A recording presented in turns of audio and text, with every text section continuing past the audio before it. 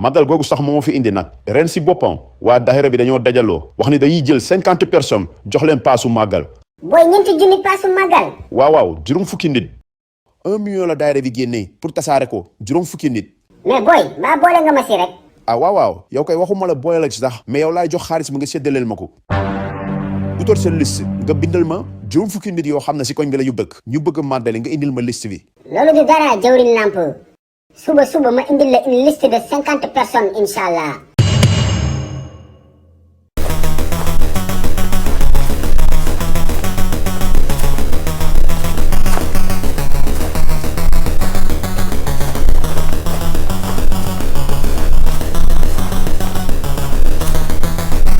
Assalamualaikum. Alaaji Souloukhou naka nga dof. maaleykum salaam. Paate Géwël maa ngi sant yàlla bu baax. naka njaboot gi.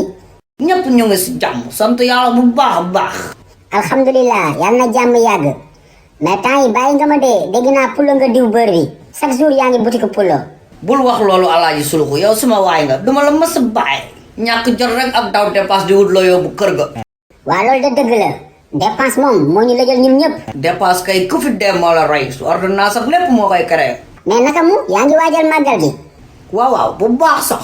màggal googee sax moo fi indi Souloukhou. bu dee paas ngay lef si nag xamal ni yoruma xaalis dama lay teel a wax. mukk si àdduna man kay labuma Souloukhou. waa léegi yow ana liste 50 personnes yi nga war a bind nii. yow foo yëgee loolu yow. Alaaji Souloukhou danga fàtte ne man maa géwalu gox bi Alaaji Souloukhou bàyyi trial quartier bi dara mënuma fee umb muus buy wasin sax danga koy yëg gënal liste bi nga bind ma balaa nit ñi dañu dagg. 50 personnes yi mat na bu yàgg da nga yéex a ñëw Paate Géwël. waxoo dëgg di nga ma bind laa la wax. Paate Géwël xoolal bul ma fonton jugal fii balaa ma lay kurpañ gaawal acca. xaaral sax ma ñëw man si chef de quartier laa jëm moo mën a lëjant lii. bon yow dama lay tooñ rek jarul woo chef de quartier de dinaa la bind amul problème yow sama waay nga. moo gën de sinon rek chef de quartier laay woo xam nga ko moom bambara la ami la caaxaan. Paate Géwël doy na yow nee naa dinaa la bind lu si wax ju bëri ji ak reewande gi.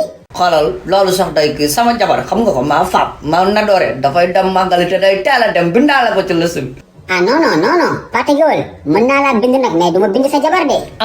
xaaral ma dem woowi chef de quartier. kii fu mu jëm yow mais kii caaxaanul de noonu dama siy jóg foog ma trouver solution balaa chef de quartier bi ñëw xaaral xam naa ko may woo.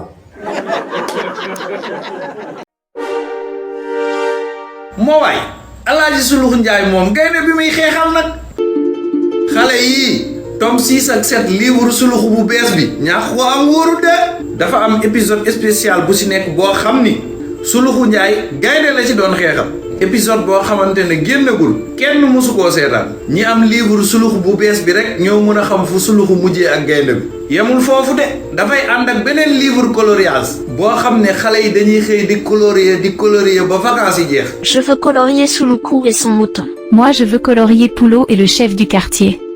waa def leen ndànk rek yéen ñëpp di ngeen lire di ngeen colorier numéro baa ngi noonu daw leen wax seen papa yeeg seen yaay ak seen oncle yi ñu woote commandé leen livre yi livre Souloukhou yaa ngi noonu de yéex ñàkk la daw leen ndogee daw leen